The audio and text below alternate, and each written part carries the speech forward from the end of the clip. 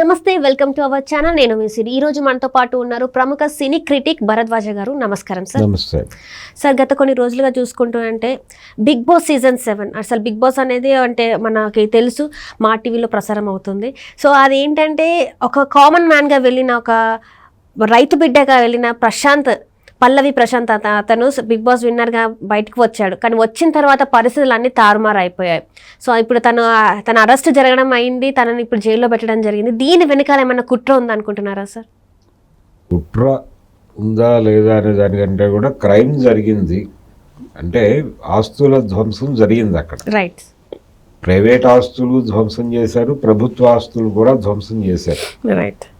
ఈ ధ్వంసం చేసిన వాళ్ళు ఎవరు అంటే ఆయన అభిమానులు అని చెప్తున్నారు. అలాగే కేవలం అతని అభిమానులే లేరు. ఈ షోలో రన్నర్ గా నిలిచినటువంటి వ్యక్తి ఉన్నాడు, ఇతను విన్నరు. రన్నర్ ఉన్నాడు అమర్దీప్ అభిమానులు కూడా ఉన్నారు ఈ ఘర్షణలో. అంటే వాళ్ళకి వీళ్ళకి మధ్య జరిగిన ఘర్షణలో మొదట ఈ విధ్వంసం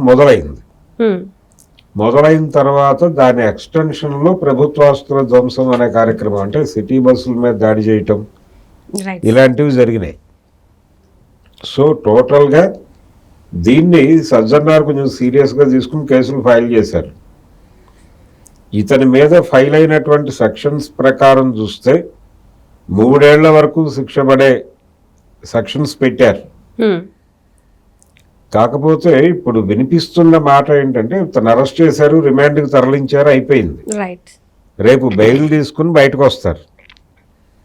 బెయిల్ మొదట రిజెక్ట్ కావచ్చు, ఓ 15 రోజులు రిమాండ్లో ఉంటారు, తర్వాత మళ్ళీ బెయిల్ వేసుకుంటారు, వస్తారు. లేదా పైకోర్టులకు వెళ్ళి బెయిల్ తెచ్చుకుంటారు, బయటకు వస్తారు. కేసు ఎప్పుడో ట్రయల్ జరుగుతుంది, ఒక 5-6 సంవత్సరాల తర్వాత జరిగినప్పుడు రాజు ఎవరు మంత్రి ఎవరు అనేది అప్పుడు తేలుతుంది. అయితే దీని వెనకాల కాన్స్పిరసీ ఉందని నేను అనుకోవడం లేదు, కానీ ఒక అన్యాయం అయితే జరిగింది.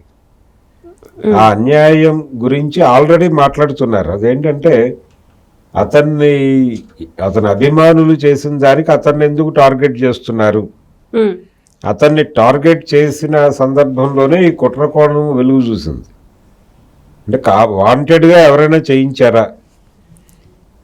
అతను లోపల ఉన్నాడు అప్పుడు, ఈ బయట విధ్వంసం జరిగినప్పుడు అతను లోపల ఉన్నాడు. అతన్ని ఎలా మీరు ఈ కేసులో A1గా పెడతారు అని శివాజీ మాట్లాడాడు. శివాజీతో పాటు ఇంకొక 2-3 ప్రస్తుత కంటెస్టెంట్లు మాట్లాడారు. మాజీలు కూడా కొంతమంది మీడియా ముందుకు వచ్చి మాట్లాడారు. అంటే గతంలో బిగ్ బాస్ షోలో ఉన్న వాళ్ళు కూడా మాట్లాడారు. శివాజీ కూడా మాట్లాడాడు. ఈ సీజన్లో ఉన్నాడు తను. పైగా అతను విన్ అవుతాడు అని అనుకున్న సందర్భం కూడా ఉంది శివాజీ. తను అన్న మాట ఏంటంటే ఇతనికి ఆ విజయం డైజెస్ట్ కాలేదు అనేది ఒక మాట మాట్లాడాడు తను. విజయం డైజెస్ట్ అయిందా లేకపోతే ఏమైంది అనే దానికంటే కూడా చాలామంది ప్రజలు ఇతను గెలవాలి అని కోరుకున్నారు. చాలామంది ఆస్పిరేషన్స్లో ఇతని గెలుపు ఉంది. వాళ్ళందరూ కూడా ఎప్పుడైతే ఇతనే గెలుస్తున్నాడు అనే వాతావరణం వచ్చిందో స్టూడియో దగ్గరికి వచ్చేసారు. నిజానికి బిగ్ బాస్ అనేటువంటి కాన్సెప్ట్ ఎక్కడో అన్నోన్ ఏరియాలో ఒక హౌస్లో ఉంచాలి వీళ్ళని, అదే తప్ప స్టూడియోలో సెట్ వేసి కాదు. వాళ్ళ పర్సనల్ అంటే ఫ్యామిలీస్ కూడా ఎవరికి ఎక్కడున్నారు తెలియకూడదు అనేది కదా డిజైనింగ్ మొదట్లో. ఆ సందర్భంగా అంటే హిందీలో వచ్చినటువంటి బిగ్ బాస్ షోస్ అన్నీ కూడా ఎక్కడెక్కడో చేశారు.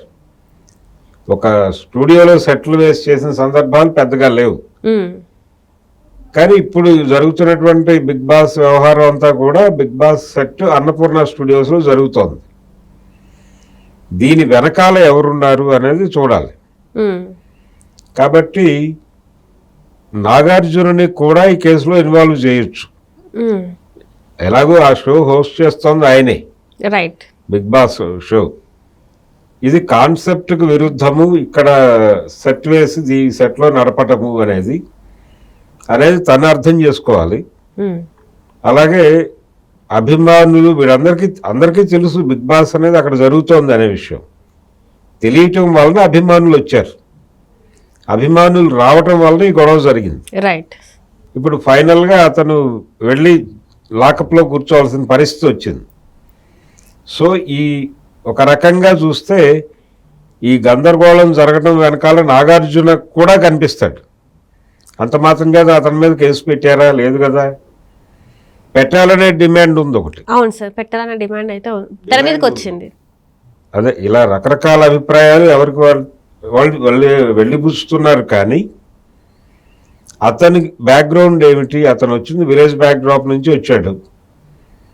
అతనికి ఒక మిత్ర బృందం ఉంది. దాంతో వాళ్ళు మాత్రమే కాదు, ఇంకా చాలా మంది కలిశారు ఆ గ్రూప్తో. ఈ కలిసిన వాళ్ళలో మెజారిటీ పీపుల్ అతనికి తెలిసి ఉండకపోవచ్చు. ఈ ప్రశాంత్కి తెలిసే అవకాశం కూడా లేదు. పల్లవి ప్రశాంత్కి తెలిసే అవకాశం లేని వాళ్ళు చాలామంది అతని అభిమానులుగా అక్కడికి చేరుకున్నారు. రైట్. వాళ్ళని ఏ విధంగానూ కంట్రోల్ చేసే పరిస్థితుల్లో లేడు అతను పర్సనల్గా ఒక ఆనందంలో ఉన్నాడు. ఈ పర్సనల్ ఆనందంలో ఉండగా అతనికంటే ఎక్కువ ఆనందం పొందుతున్నటువంటి అభిమానులు ఈ కార్యక్రమాలకి అవతల ఇంకొక కంటెస్టెంట్ అంటే ఇతను విన్నర్ అయితే అతను రన్నరు, ఆ రన్నర్ అభిమానులకి వీళ్ళకి జరిగిన ఘర్షణ, వీటిలో ఆ పర్టికులర్గా వాళ్ళని మాత్రమే అరెస్ట్ చేయాలి. ఎవరు వాళ్ళు అని కనిపెట్టి అరెస్ట్ చేయడానికే పోలీస్ డిపార్ట్మెంట్ ఉంది. ఇతనేదో చెప్పి చేయించాడు అన్నట్టుగా ఒక ఎస్టాబ్లిష్మెంట్ ఇస్తున్నారు. జనరల్గా ఒక నానుడి ఉంది, భగవంతుడు భక్తుల ద్వారా మాట్లాడతాడు, హీరోలు అభిమానుల ద్వారా మాట్లాడతారు అని. అలా చూస్తే ఈ పల్లవి ప్రశాంత్ అనే కుర్రాడు అభిమానుల ద్వారా తనే ఈ దాడి చేయించాడా అనే దానికి సంబంధించి సరైన సాక్ష్యాధారాలు లేకుండా ఆరోపణ చేయటం తప్పు. కానీ ఆరోపణ చేసేదాకా చాలామంది వెడుతున్నారు, ఎవరికి డీటెయిల్స్ తెలీదు. దాడి జరిగే వరకు ఎవరికి దీని మీద ప్రాపర్ జ్ఞానం కూడా లేదు. దాడి జరిగిన తర్వాత దీనిలో కొంతమంది ఏపీ సెక్రటేరియట్ కావచ్చు, మరో చోట కావచ్చు, కొంతమంది ఇన్ఫ్లుయెన్స్ చేసే ప్రయత్నం కూడా చేశారు బయట నుంచి. ఇలా అనేక గందరగోళాలు ఉన్నాయి ఇందులో, ఈ పల్లవి ప్రశాంత్ కేసుకు సంబంధించి. ఇన్ని గందరగోళాల మధ్య పోలీసులు కేసులు పెట్టడం అనేది కుట్ర అనుకుంటే జరిగిన విధ్వంసానికి ఎవరో ఒకరిని లోపల వేయక తప్పదు. అలా చూస్తూ ఊరుకోరు కదా.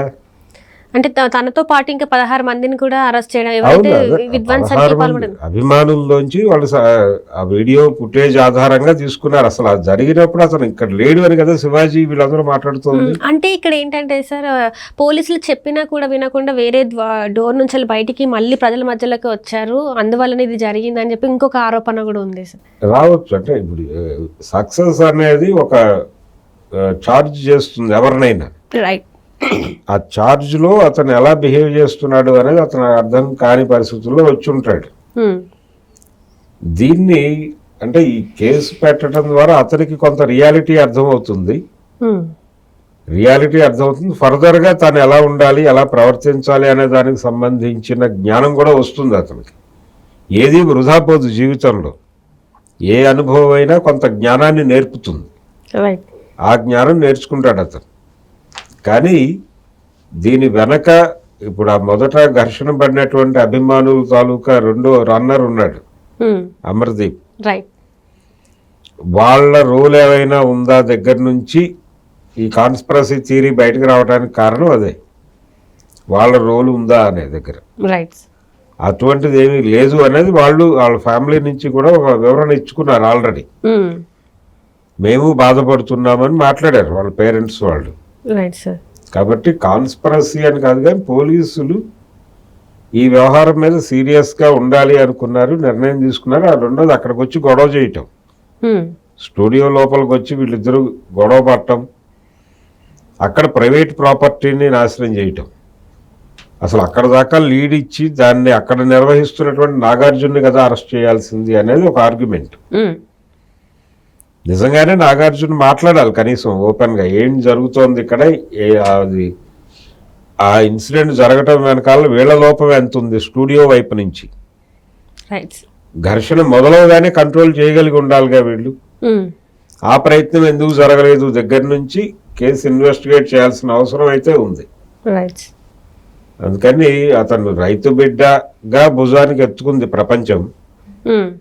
అదే రైతు బిడ్డగా అర్థం చేసుకుని అతను అనవసరమైన కేసుల్లో ఇన్వాల్వ్ చేయకుండా మందలించి వదిలేస్తే, ఇప్పుడు 3 ఏళ్ళు శిక్ష పడే సెక్షన్స్ పెట్టి NBW ఇష్యూ అయిన తర్వాత అతన్ని కోర్టులో హాజరుపరిచి అతని కెరియర్కి ఇబ్బంది అవుతుంది కదా, దాన్ని కొంచెం కన్సిడర్ చేసి కౌన్సిలింగ్ ఇచ్చో మరొకటి చేసో అతన్ని వృత్తిలోకి అతను తిరిగి వెళ్ళి అతని జీవితానికి ఇబ్బంది లేకుండా నడిచే పద్ధతిలో చేస్తుంటే బాగుండేది అనేది అయితే నా personal opinion. Right. Thank you so much sir. Thank you.